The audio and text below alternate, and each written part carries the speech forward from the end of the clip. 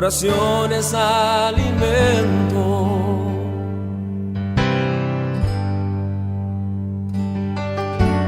Nunca vi un justo sin respuesta o quedar en sufrimiento.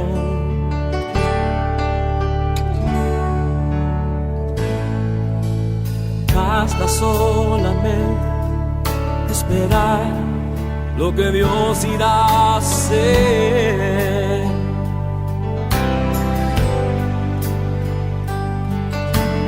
Cuando Él levanta sus manos, es hora de vencer. Oh, alaba, simplemente alaba. Estás llorando, alaba. En la prueba, alaba. Estás sufriendo, alaba. No importa, alaba. Tu alabanza en Él escuchará. Dios va al frente abriendo camino, quebrando cadenas, sacando espinas. Manda sus ángeles contigo a luchar. Él abre puertas, nadie puede cerrar. Él trabaja para los que confían. Camina contigo de noche y de día. Levanta tus manos, tu victoria llegó. Comienza a cantar y alaba a Dios. Alaba a Dios. Alaba a Dios. Alaba a Dios. Gente necesita entender.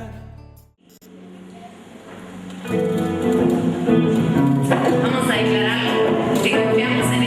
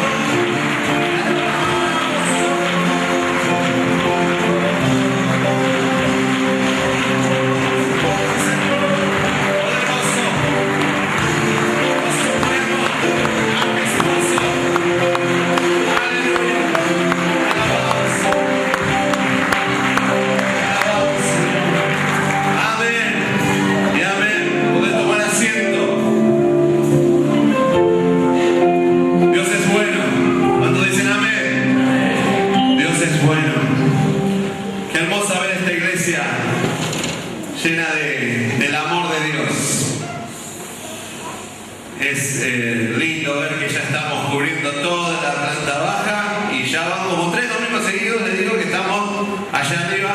A los hermanos del aposento alto los saludamos. ¿Cómo están? ¿Está lindo allá arriba? ¿Hace frío? Más o menos, ¿no? ¿También? Bueno, muy bien. Si quieren darse vuelta, las pueden saludar, porque están todos ahí, empiezan a ver si saludan. ¿Están más cerca del cielo ustedes, no? Bueno, una reflexión acerca de la vida de alguien que en lo particular siempre me ha llamado mucho la atención. Quizás para aquellos a los cuales el liderazgo siempre ha sido un desafío en el que Dios nos ha permitido hacer alguna tarea relacionada con eso, la capacitación relacionada con el liderazgo. La vida de Moisés es siempre un reflejo en el cual he regresado a lo largo de mi vida y mi ministerio. Me encanta ver cómo la palabra de Dios nos permite ver la historia completa de esos grandes hombres que nosotros tenemos a veces un poco idealizados, y de un hombre como Moisés, que quizás fue uno de los líderes más grandes que tuvo el pueblo de Dios. Y yo sé que los que conocen un poco de su historia la vamos a repasar rápidamente para los que no la tienen tan fresca, pero tenemos en nuestras mentes, en nuestras imágenes, esos grandes momentos en los que Moisés hizo maravillas, hizo proezas extraordinarias con el aval de Dios sobre su vida, ¿no? Es enfrentarse con el poder militar y político más grande que había en ese momento, como era Egipto, y ser la herramienta para que todo el pueblo de Dios se liberara de tantos años de esclavitud. De qué manera Dios lo usó con poder cuando Él se enfrentó con esa multitud detrás frente al mar que les impedía seguir el paso.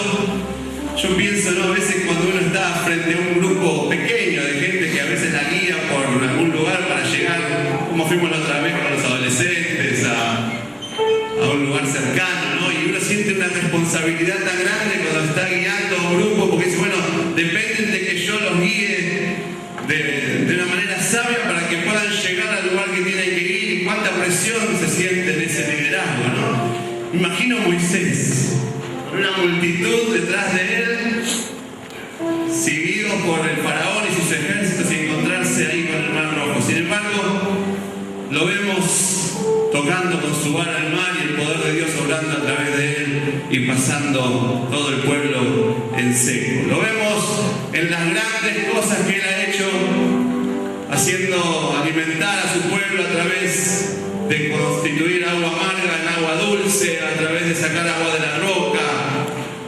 Lo vemos recibiendo de parte de Dios mismo quizás la fundamentación moral de todo el mundo, que son los 10 mandamientos, aún de aquellos que ni siquiera comparten nuestra fe, compartiéndolo como el decálogo moral más importante de la historia.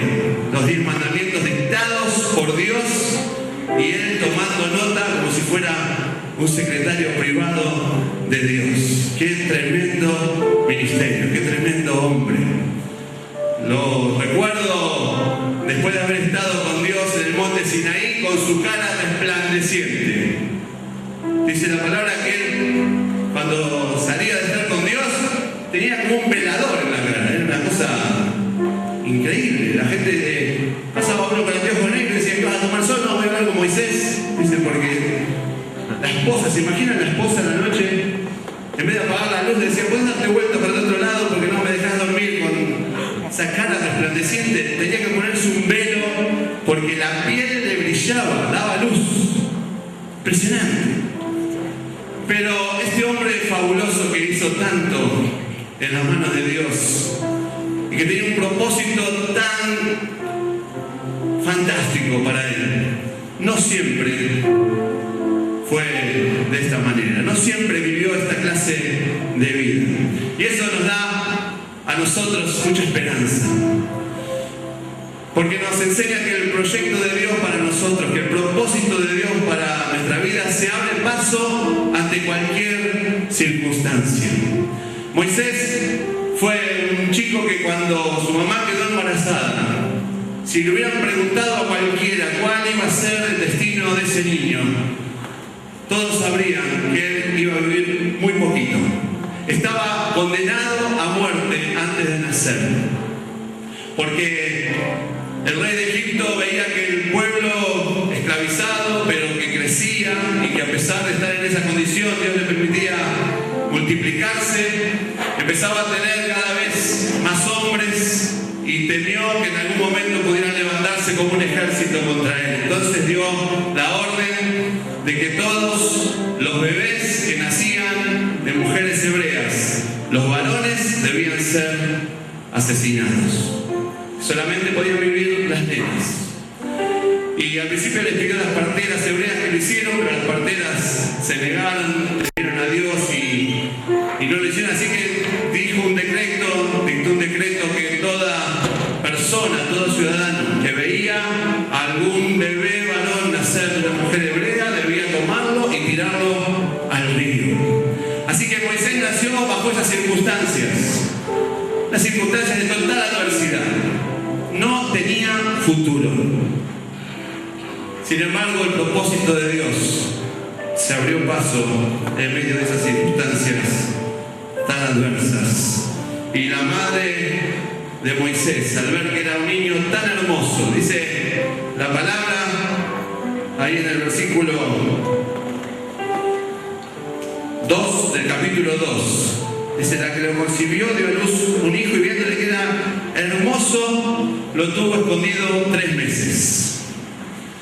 Tenemos una foto de Moisés, bebé, aunque ustedes no lo puedan creer. Era tan hermoso como este niño que está ahí. Gracias, Cristian. Así de hermoso era. Bueno, no es este Moisés, este es otro bebé hermoso que era yo cuando era chiquito.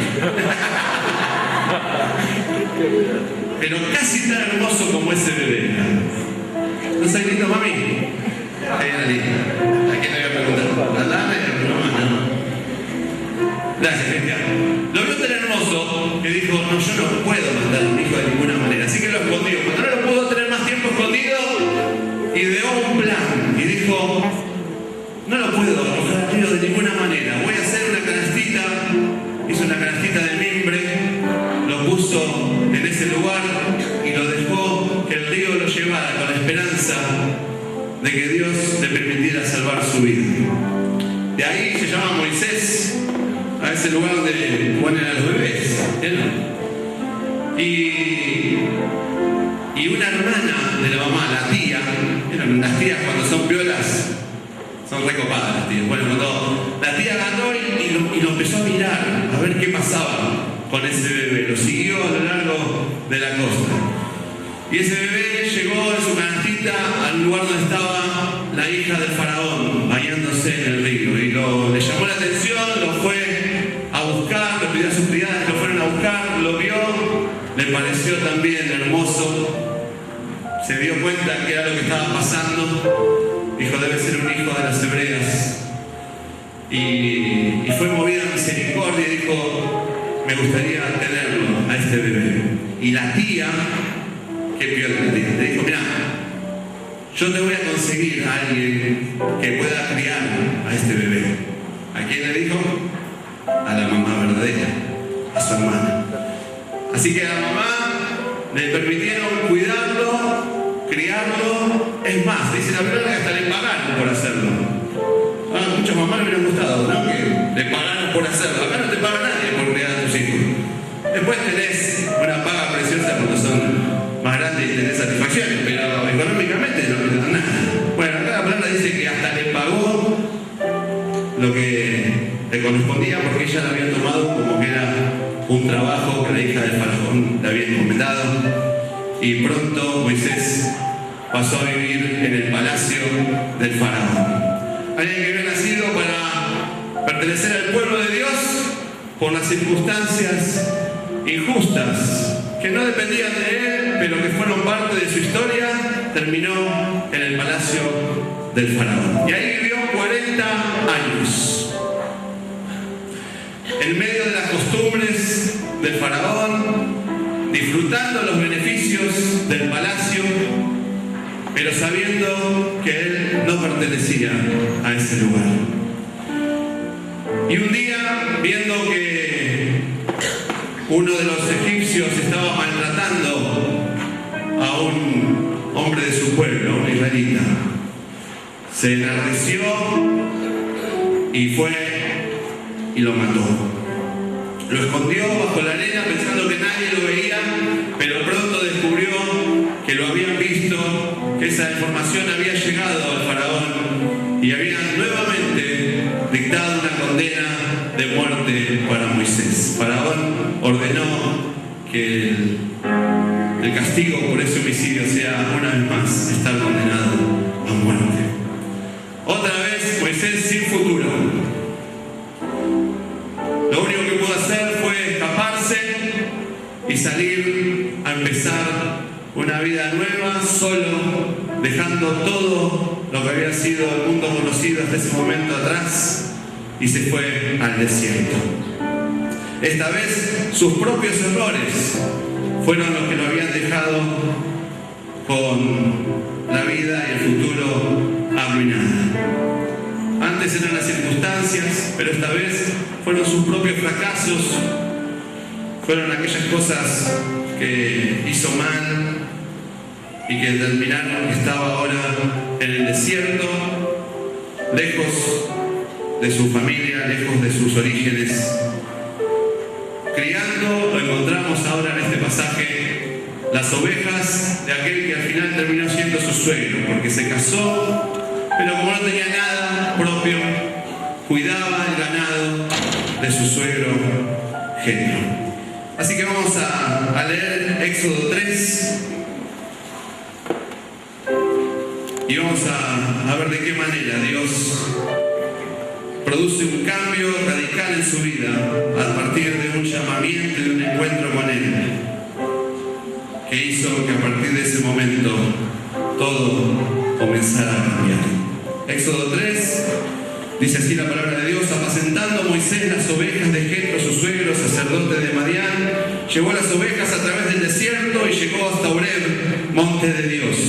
Y se le apareció el ángel de Jehová en una llama de fuego en medio de una zarza. Y él miró y vio que la zarza ardía en fuego y la zarza no se consumía. Entonces Moisés dijo: iré yo ahora y veré esta grande visión. ¿Por qué causa la zarza no se quema? Viendo Jehová que él iba a ver, lo llamó del medio de la zarza y dijo: Moisés, Moisés. Y él respondió: heme aquí. Y dijo: no te acerques, quita tu calzado de tus pies, porque el lugar en que tú estás, tierra santa es. Y dijo: yo soy el Dios de tu padre, Dios de Abraham, Dios de Isaac y Dios de Jacob. Entonces Moisés cubrió su rostro, porque tuvo miedo de mirar a Dios.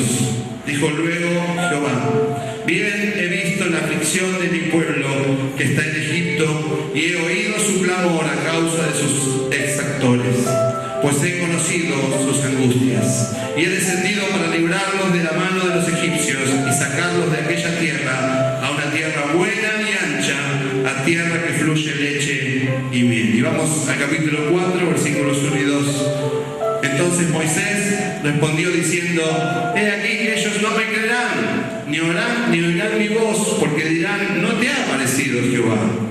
Y Jehová dijo: ¿qué es eso que tienes en tu mano? Y él respondió: una vara.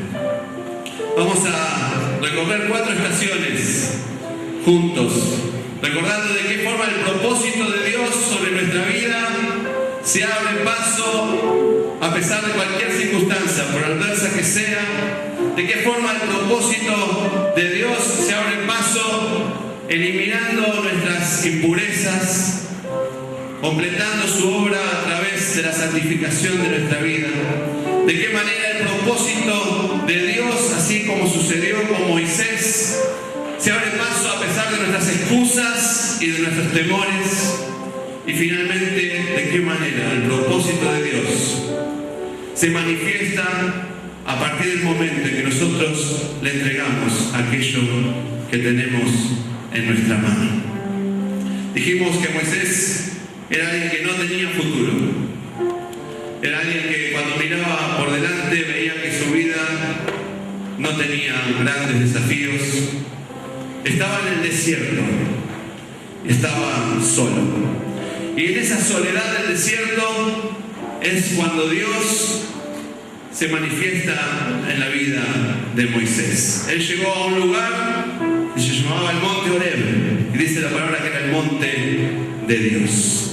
Esto de que Dios se encuentra con Moisés en un desierto nos habla a nosotros también de que hay momentos en nuestra vida en que Dios permite que pasemos por desiertos, por el desierto de la soledad, por el desierto al que nos han traído los errores del pasado, por las crisis que atravesamos, por los momentos de angustia, de dolor, en el que ya no se escucha la música del palacio, ni hay mucho ruido que nos distraiga, sino que estamos solos.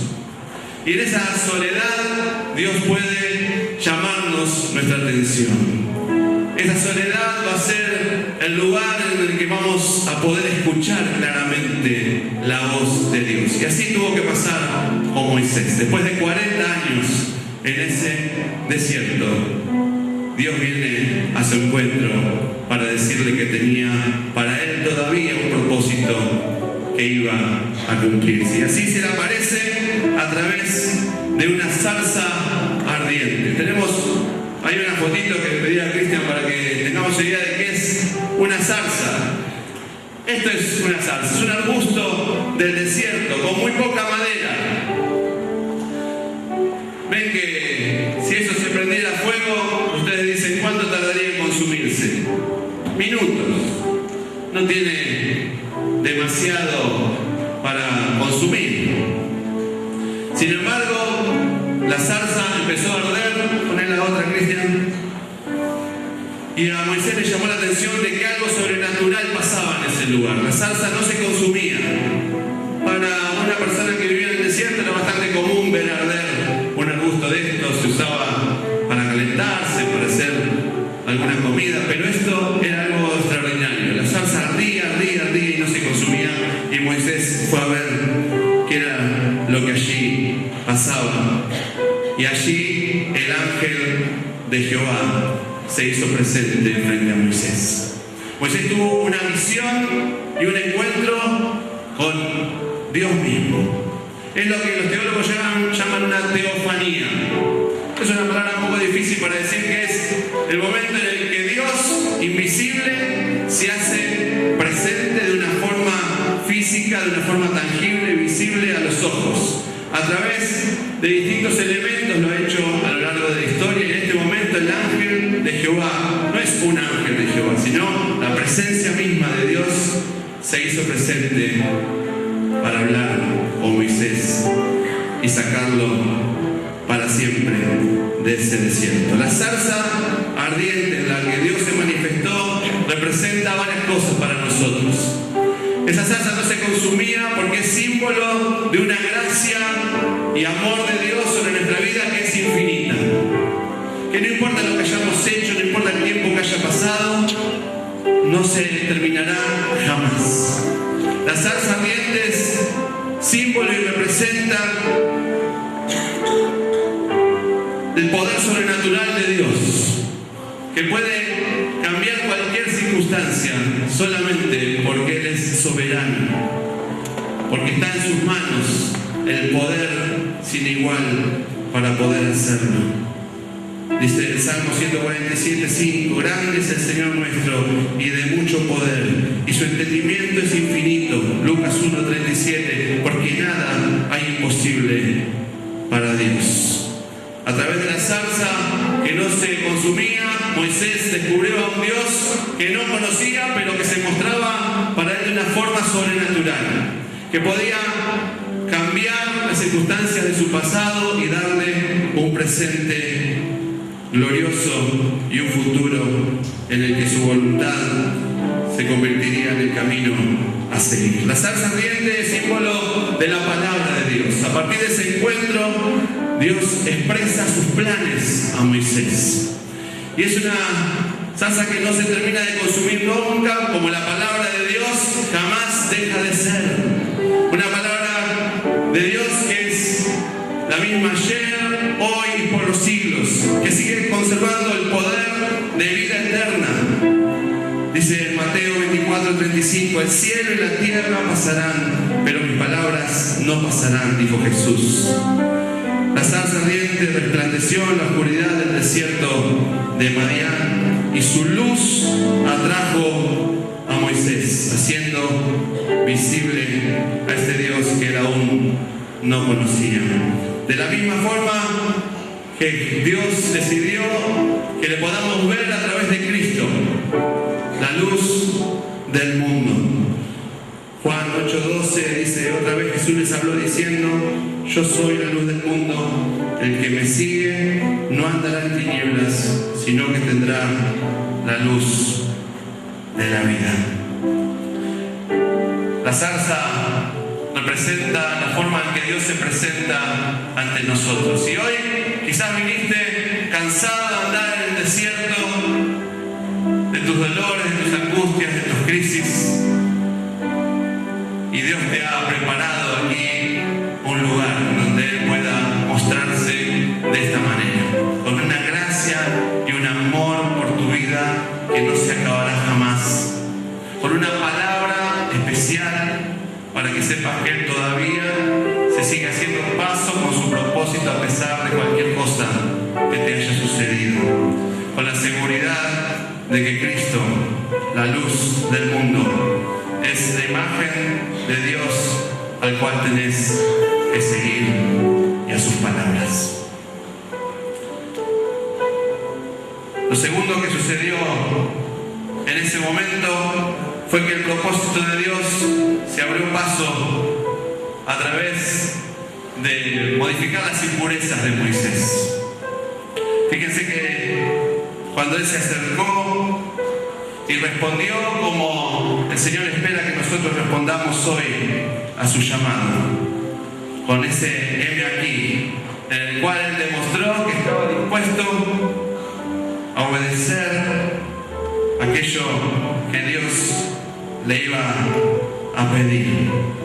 Le dijo, no te acerques, quita tu calzado de tus pies, porque el lugar en que tú estás, tierra santa es. ¿Se imaginan ustedes el calzado de un pastor de ovejas? ¿Cómo sería? Yo no tengo experiencia en ser pastor de ovejas, pero sí en caminar por la ciudad de La Plata. Y generalmente caminamos, cuando vamos con nuestros hijos, en un grupito de como 4 personas, o sea que 4 personas por 2, 8 pies. En el momento no nos damos cuenta, pero generalmente nos damos cuenta cuando subimos al auto, ¿no? Que algo hemos pisado por ahí. ¿No les pasa una vez? Bueno, no se da cuenta en el momento, pero cuando sube al auto se siente que algo que tenga que ver con lo que podría llegar a ser el calzado de Moisés anduvo pasando cerca nuestro. Especialmente los adolescentes, ¿no? Que ellos van mirando el futuro, las cosas que tienen por delante y no van mirando el día a día, digamos, el siguiente paso. Bueno,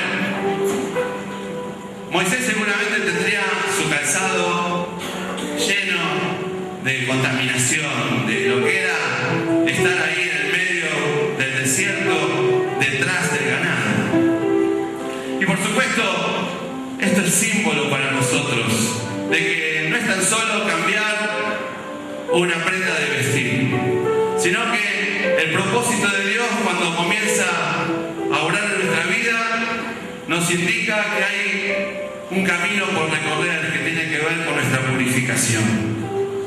Tiene que ver con aquellas cosas que tenemos que dejar porque están contaminadas para que podamos empezar a caminar hacia ese encuentro en el que podamos ver a Dios a través de su santidad y de la necesidad también nosotros de purificar nuestra vida.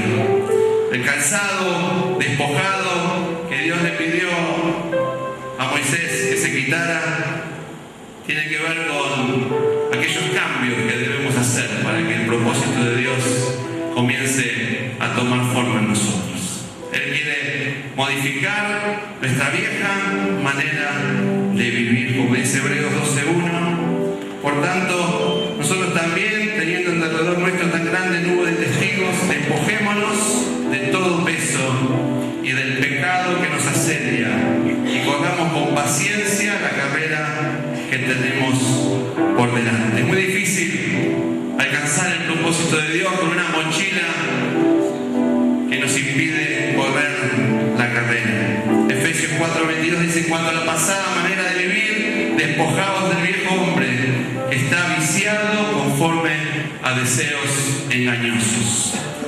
Está hablando de nuestra vieja manera de hablar, de nuestra vieja manera de expresarnos. Está hablando de que para acercarnos a este propósito de Dios, sacarnos el calzado contaminado es cambiar nuestros viejos hábitos, aquellos que respondían al tiempo que estábamos lejos de su presencia, aquellos vicios a los cuales el tiempo en el palacio o en el desierto se nos fueron pegando, pero que ahora se constituyen en una carga que tenemos que liberarnos para poder correr la carrera que tenemos por delante. A nuestras equivocadas prioridades en la vida, a nuestra equivocada manera de tratarnos, de tratar a nuestra familia, a nuestra esposa, a nuestro esposo, a nuestros hijos, a nuestros vecinos. Dios se abre paso a través de su propósito, a través de las imperfecciones y de la necesidad de purificación sobre la vida de Moisés. Y también lo hará en esta noche con nosotros. En tercer lugar, el propósito de Dios se abre paso destruyendo nuestros temores y nuestras excusas. Cuando Moisés escuchó de parte de Dios lo que él tenía previsto para su futuro, habiendo conocido lo que era Egipto, sabiendo desde adentro lo que significaba torcer el brazo de un imperio, dijo: yo no soy esa persona. Cuando Dios le pidió que él fuera porque tuvo misericordia de su pueblo que estaba sufriendo y que era la persona que él iba a usar para liberarlo, Moisés le dijo: no, estás equivocado. Me parece que buscaste a la persona equivocada. En primer lugar, tenía temores en relación a sí mismo. Fíjense lo que dice el versículo 11 del capítulo 3. Capítulo 3, versículo 11 dice: ¿quién soy yo para que vaya a Faraón y saque de Egipto a los hijos de Israel? Yo no sé ustedes, pero yo me he encontrado muchas veces en esta situación. Cuando siento que Dios me está pidiendo algo, miro mi condición y digo: pero ¿quién soy yo para hacer esto que me está pidiendo, Señor? No me siento capacitado, no siento que soy la persona adecuada. Tal vez Dios te ha pedido alguna vez hacer algo que te ha llevado a estas palabras. Decirle: no, Señor, te equivocaste. Yo no soy esa persona. Dios, a través de estos versículos, ustedes lo pueden ver después, va respondiendo una a una cada una de sus excusas y sus temores. La respuesta de Dios en el versículo 12 fue asegurarle que él no iba a hacer las cosas por sí mismo. Dice: ve, porque yo estaré contigo, y esto te será por señal de que yo te he enviado. Y le dice: muy pronto estarás de vuelta en este lugar, en el monte, dando gracias y adorando por la forma en la que yo hice la obra que te prometí que iba a hacer. Esta noche el Señor te dice: te estoy preparando para un propósito grande, un propósito que te estuve preparando desde que naciste, haciéndote vivir un montón de circunstancias que si hoy rememorás te vas a dar cuenta de la forma en que Dios preparó las cosas para que pudieras estar hoy en este lugar. Aun cuando Satanás quiso destruirte varias veces, y Él a través de su misericordia te estoy guiando hasta este momento, y Él te dice: yo voy a estar contigo. Como estuve en el pasado, pero vos no me reconocías, ahora voy a estar contigo de una forma en la que harás maravillas a través de mi poder. Ahí fue cuando Moisés le dijo: bueno, pero yo no te conozco demasiado, Señor. En el versículo 13, él le manifiesta lo cual es la verdad. Dice: ¿por qué me van a creer cuando vayan los hijos de Israel y les digan: Dios de vuestros padres me ha enviado a vosotros? Si ellos me preguntaran cuál es su nombre, ¿qué le voy a responder? La verdad es que Moisés no tenía una gran experiencia en relación con Dios. Conocía. ¿Y cuántas veces nosotros también nos ponemos en esa situación? Señor, yo te conozco muy poco, quizás para lo que hace poco que estaban en la iglesia. Dice: empezás a sentir un sueño, un anhelo, algo, un ardor en tu corazón de que Dios pone cosas grandes para hacer. Dios te dice: anda hablando a esa persona. Dios te dice: empezá un ministerio. Dios te está mostrando a partir de cada una de sus palabras, sus encuentros con Él, que tiene cosas grandes para tu vida. Pero vas a decir: yo lo conozco poco. Me voy a encontrar con que no voy a tener las herramientas que se necesitan para ejercer un ministerio. Y me encanta lo que Dios le recomienda hacer. Porque no le dijo: no, esto no es verdad. Él sabía que era verdad. Sabía que todavía no lo conocía demasiado. Pero Dios les dice: vos decirle que te encontraste conmigo, con el gran yo soy. Que nadie ponga en duda que tu encuentro fue personal conmigo. Y cada uno de nosotros sabe cuando se encontró con Dios y recibió una revelación. Pero cómo cuesta poder dar el paso para llevar eso a la acción. Y le da este consejo: vaya, anda a los ancianos de Israel y decirles estas palabras y contales esto que yo te dije. Dios tiene preparado para que vos puedas cumplir esas cosas que sentís que no estás capacitado o que no tenés el conocimiento suficiente. Tiene preparado ya un grupo de personas que te van a acompañar, que te van a ayudar, aquellos que tienen más experiencia en la fe que vos, los ancianos, el liderazgo, ese hermano que te trajo a la congregación, al cual que vos ves que te puede servir como soporte. Su experiencia con Dios, su recorrido en la fe va a ser aquello que te va a dar a vos la seguridad de poder estar refugiado en un cuerpo. No vas a estar solo haciendo la obra, sino podés recurrir a los ancianos. Después más adelante vemos que los ancianos también habían sido instruidos por Dios para recibir con alegría lo que Moisés tenía para hacer de parte de Dios y liberar a su pueblo. Por último, tenía tantas excusas Moisés con respecto a su capacidad. ¿Qué voy a decir? Eso es una cosa muy habitual en nosotros, ¿vieron? Dios te dice: andá y hablarle a esa persona en una situación que no pega con nada, ¿viste? Porque a veces cuando Dios te dice: bueno, en el medio de la congregación, andá a compartirle de tu fe a alguien, pero a veces es una situación en que no tenemos ningún contexto religioso ni de adoración. A veces son personas que sentimos por encima de nosotros en cuanto a que es una autoridad, es un profesor. Es una situación que es humanamente, nos pone en una situación en la que sentimos sinceramente no vamos a saber qué decirle, Señor. ¿Cuántas veces escuchamos de parte de Dios: andá a darle una palabra de parte mía a esta persona? Y reaccionamos como Moisés. Dice: yo no voy a saber qué decir. Voy a abrir la boca y no me va a salir nada. Aparte, Moisés le dijo: mira, yo tengo muchos problemas para hablar, pero esto no de ahora, de antes. Le dice: yo no.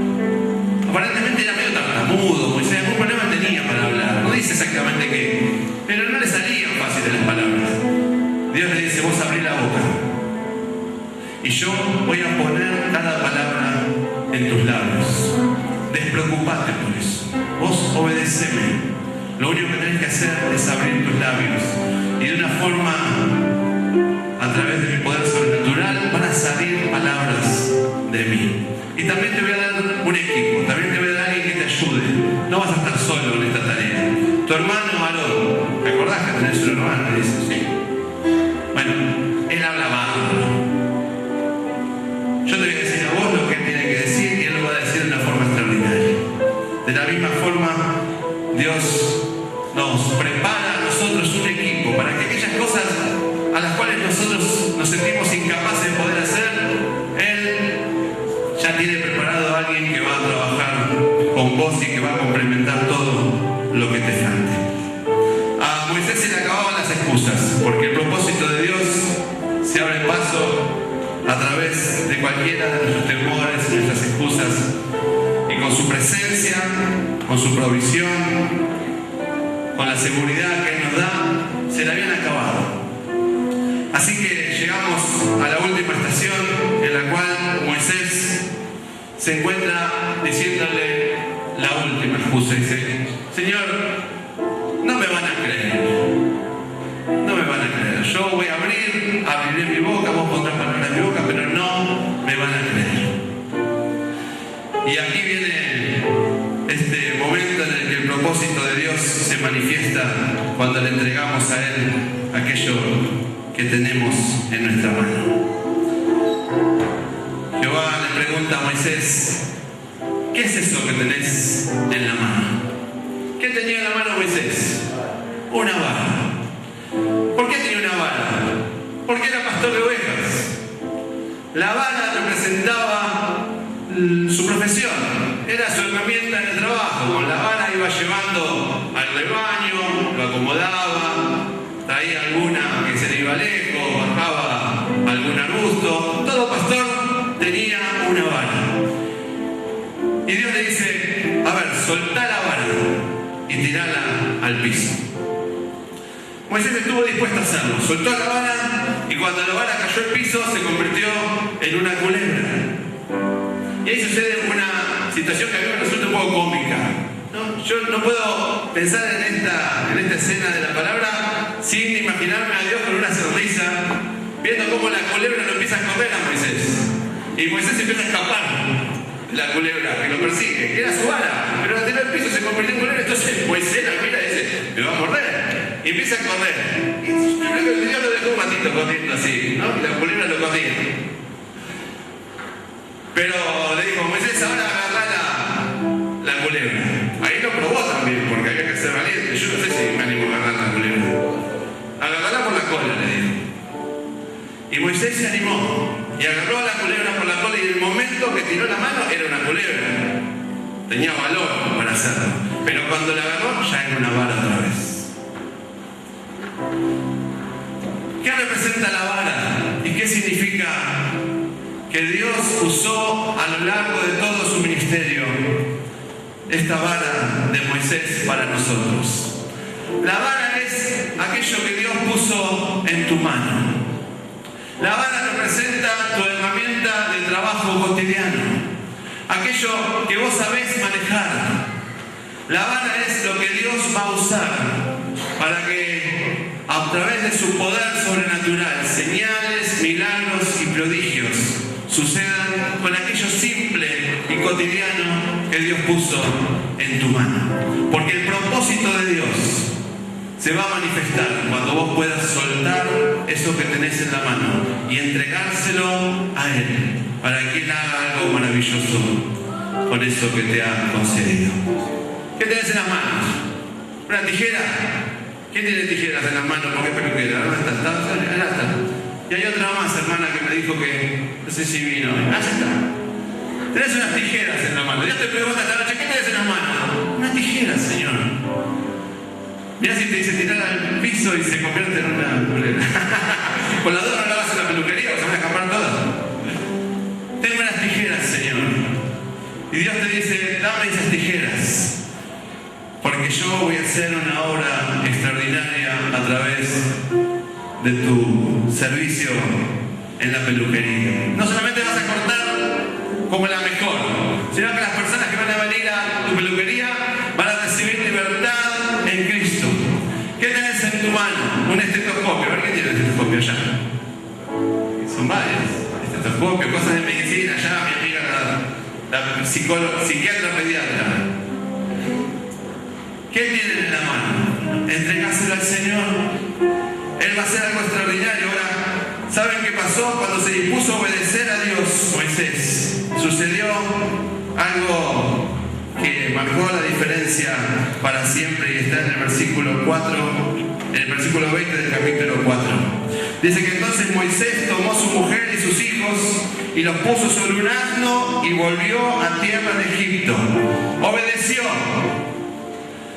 Sumó a toda su familia, la juntó, se subió a un asno y encaró para Egipto para obedecer a Dios. Y dice también, tomó Moisés la vara de Dios en su mano. Algo cambió.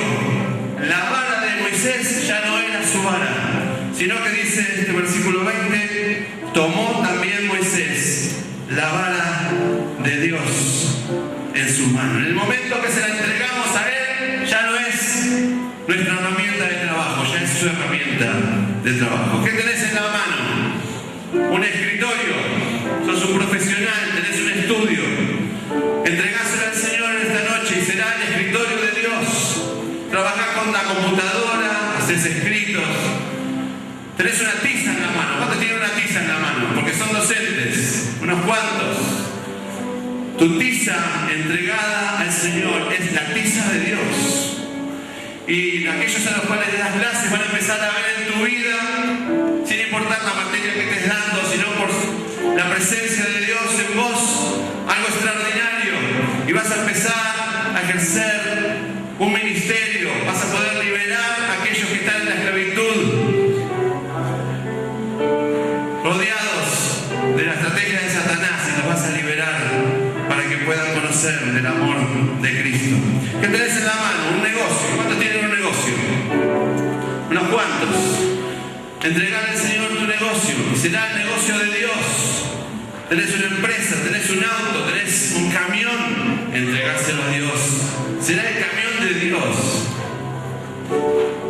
Sos un adolescente, como orábamos recién por ellos. Yo sé lo que ustedes tienen en la mano, todos. Todos sabemos lo que tienen en la mano. ¿Qué tienen en la mano los adolescentes? El futuro, dice Mario, ojalá. Un celular tiene en la mano el adolescente. Lo que tiene el adolescente en la mano es un celular. Tienen un iPod. ¿Qué tenés en la mano, Nico? El control de la Play, dice. Tienen un Facebook. Si le entregás el Facebook esta noche al Señor, tu Facebook ya deja de ser tu Facebook. Es el Facebook de Dios. Es el Twitter de Dios. Y Dios hará maravillas con él. Hará cosas que ni te imaginás. Y empezarás a compartir del amor de Dios a tus amigos. Pondrás valores del reino de Dios a través de ese instrumento. Sos un joven, estás estudiando. Tu carrera será la carrera de Dios. Tenés un instrumento musical. Tu instrumento será el instrumento de Dios. Compondrás melodías que vendrán directamente de Él. Miles de personas se acercarán a Cristo a través de lo que podés hacer. ¿Qué tenés en la mano en esta noche? Sos una persona mayor, estás jubilada. Dices, mira, yo ya no tengo ni una herramienta, ya las dejé todas. No tengo nada en la mano. ¿Sabes qué tenés en la mano? Algo valiosísimo. Tiempo. Tenés tiempo en las manos. Entregale ese tiempo en esta noche al Señor. Y será el tiempo de Dios, en la que podrás interceder para batallar espiritualmente en aquellas cosas que como iglesia necesitamos luchar en oración. Tendrás tiempo para hacer una llamada telefónica a aquel que lo necesita. Será tu tiempo de Dios para visitar al que está necesitando un consuelo, al que está necesitando una guía espiritual. Esta noche es tiempo de dejar nuestro desierto y permitir que el propósito de Dios pueda abrirse paso ante las circunstancias del pasado, las que fueron por la historia que nos tocó vivir y por nuestros propios errores. Que se abra paso a través de nuestras imperfecciones, de nuestras excusas, de nuestros temores, y que se manifieste a través de la entrega de aquello que Él puso en nuestra mano, para que Él haga con eso algo increíble, algo maravilloso, algo que muy pronto, como le prometió Dios a Moisés, nos encontraremos nuevamente en este lugar para escuchar cada uno de los testimonios de lo que Dios va a hacer con aquello que puso en tu mano y que se convierte en la herramienta de Dios para que puedas ejercer tu ministerio con poder. Te invito a que cierres tus ojos.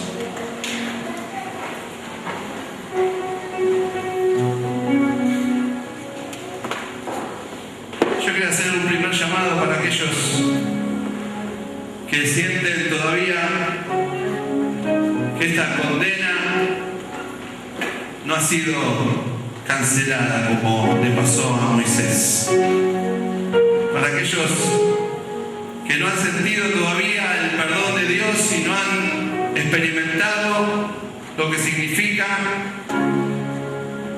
saber que Dios ha cancelado la condena a muerte que hay sobre nuestra vida a través del pecado. Dice la palabra que todos hemos pecado, que la paga del pecado es la muerte. Pero Dios, en este desierto en el que te encontrás, ha decidido venir a tu encuentro en esta noche. Y a través de esta palabra, a través de su presencia, quiere darte una buena noticia y decirte que en Cristo Jesús esa condena ha quedado atrás y a través de su sacrificio, a través de la cruz, Él ha pagado el precio y podés estar liberado para que sientas que la vida de Dios se hace carne a partir de ahora en tu presente y en tu futuro. Dice Colosenses 2, 13, 15, y a vosotros, estando muertos en pecado, os dio juntamente con Él vida, perdonándoos todos los pecados, anulando el acta de los decretos que había contra nosotros, que nos era contraria, quitándola del medio y clavándola en la cruz. Cuando Moisés obedeció a Dios, muy pronto descubrió que aquellos que lo buscaban para matarlo ya no estaban más. Dios hizo que esa condena a muerte fuera terminada, Él quedaba totalmente liberado. De la misma forma, Jesucristo, dice la palabra, que anuló el acta de los decretos que había contra nosotros, quitándola del medio y clavándola en la cruz, despojando a los principados y a las potestades, triunfando sobre ellos en la cruz. La paga del pecado es muerte, mas la dádiva de Dios, dice su palabra, es vida eterna en Cristo Jesús, Señor nuestro. Si estás en el desierto y querés hoy decídeme aquí a esta invitación de Dios para empezar una nueva vida en la que su gracia te alcance, en la que puedas recibir su amor, su perdón por los errores de tu pasado y en la que Él pueda darte un futuro de esperanza, un futuro de gloria, un futuro en el que puedas sentirte nuevamente en el hogar del cual nunca debiste salir, en el hogar de tu Padre Celestial. Yo te pido que hagas esta oración ahora conmigo y le digas: Señor, yo te agradezco porque hoy estás hablando en mi vida a través de tu palabra, que en la historia de Moisés, Señor, me presentaste con tu presencia en ese fuego que nunca se acaba. Yo siento, Señor, en esta noche tu amor por mí, un amor interminable, un amor inagotable, tu misericordia sobre mi vida, y quiero entregarte todo mi ser y pedirte, Señor, que Cristo entre a mi corazón, que perdones mis errores del pasado y que a través de su sacrificio en la cruz pueda darme vida y vida eterna. Si quieres decirle estas cosas al Señor, si estás dispuesto a comenzar de nuevo con Él, y no me desistas, si te sentimos.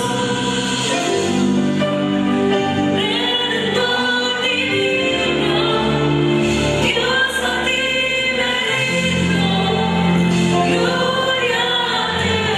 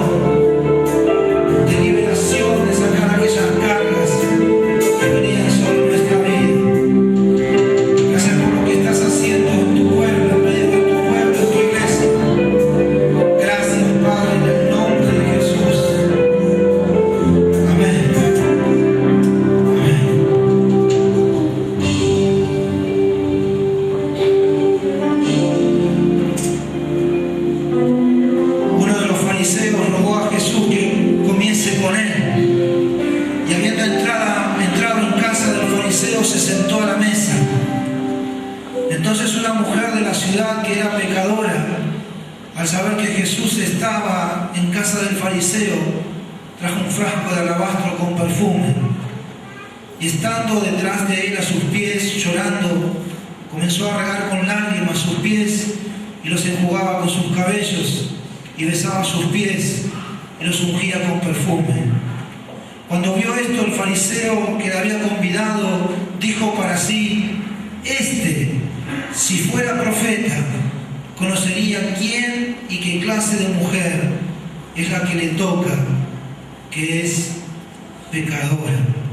Este hombre que le invitó a su casa a cenar era un hombre religioso con conocimiento de la palabra, alguien que instruía a los demás. Los fariseos eran los más conocedores de la ley que le está tocando. Y él le invitó a Jesús. Entonces, pero cuando Jesús le dijo: Simón, tengo que hacerte una pregunta. Y él dijo: di, maestro. Dijo: un acreedor tenía 2 deudores. Uno le debía una determinada cantidad de dinero y otro un poco. Pero él decidió perdonar a los 2 porque ninguno tenía con qué pagarle. Dijo: ¿quién le amará más? Y este fariseo dijo: calculo que aquel al que se le perdonó mucho. Y él dijo: has juzgado rectamente. Era un conocedor de la palabra, era alguien que había invitado a Jesús y era alguien que juzgaba con rectitud. Pero no podía conocer el corazón de Jesús. Él le dijo: rectamente has juzgado. Y miró a la mujer para hablarle a Simón y le dijo: ¿ves esta mujer? Entré en tu casa y no me diste agua para mis pies, mas esta ha regado mis pies con lágrimas y los ha enjugado con sus cabellos. No me diste un beso cuando entré en tu casa, mas esta no ha dejado de besar mis pies desde que entré. Vos no tuviste tiempo para ungir mi cabeza con aceite, mas esta ha ungido con perfume hasta mis pies. Por lo cual te digo que sus muchos pecados le son perdonados, porque amó mucho. Mas aquel a quien se le perdona poco, poco ama. Hoy el Señor nos invita a su mesa. Pero antes de invitarnos Él a su mesa, Él pasó por la mesa de muchos. Él estuvo cenando en casa de María y Marta y dando enseñanza. Él estuvo cenando en casa de Simón el leproso. Él estuvo cenando en la casa de este fariseo. Y Él nos invita ahora a participar de su mesa. Él preparó la cena. Pero antes debió haber pasado por nuestra casa. Antes debió haber pasado por nuestro corazón. Debió haber cenado con nosotros. Apocalipsis 3:20 dice: y aquí yo estoy a la puerta y llamo, si alguno oye mi voz y abre la puerta, entraré a él, cenaré con él y él conmigo. La cena es para Dios un tiempo, los principios de intimidad. Pero esta noche de comunión, vamos a tener un momento de comunión. Lo vamos a compartir todos. Aquellos que están bautizados, pero también los que no están bautizados. Pero sepa que es un mandamiento que usted debe cumplir, porque el Señor se lo pide. Yo le voy a pedir a Mónica.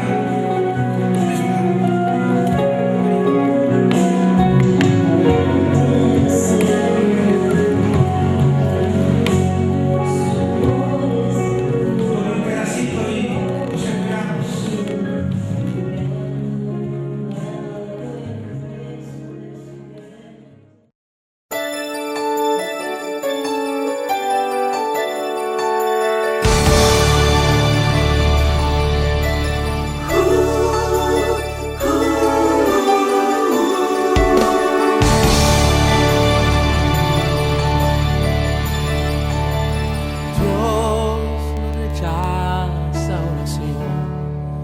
oración es alimento.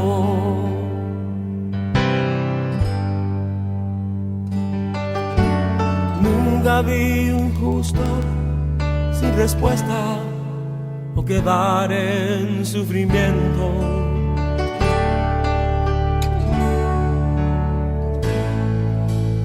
Basta solamente esperar lo que Dios irá a hacer.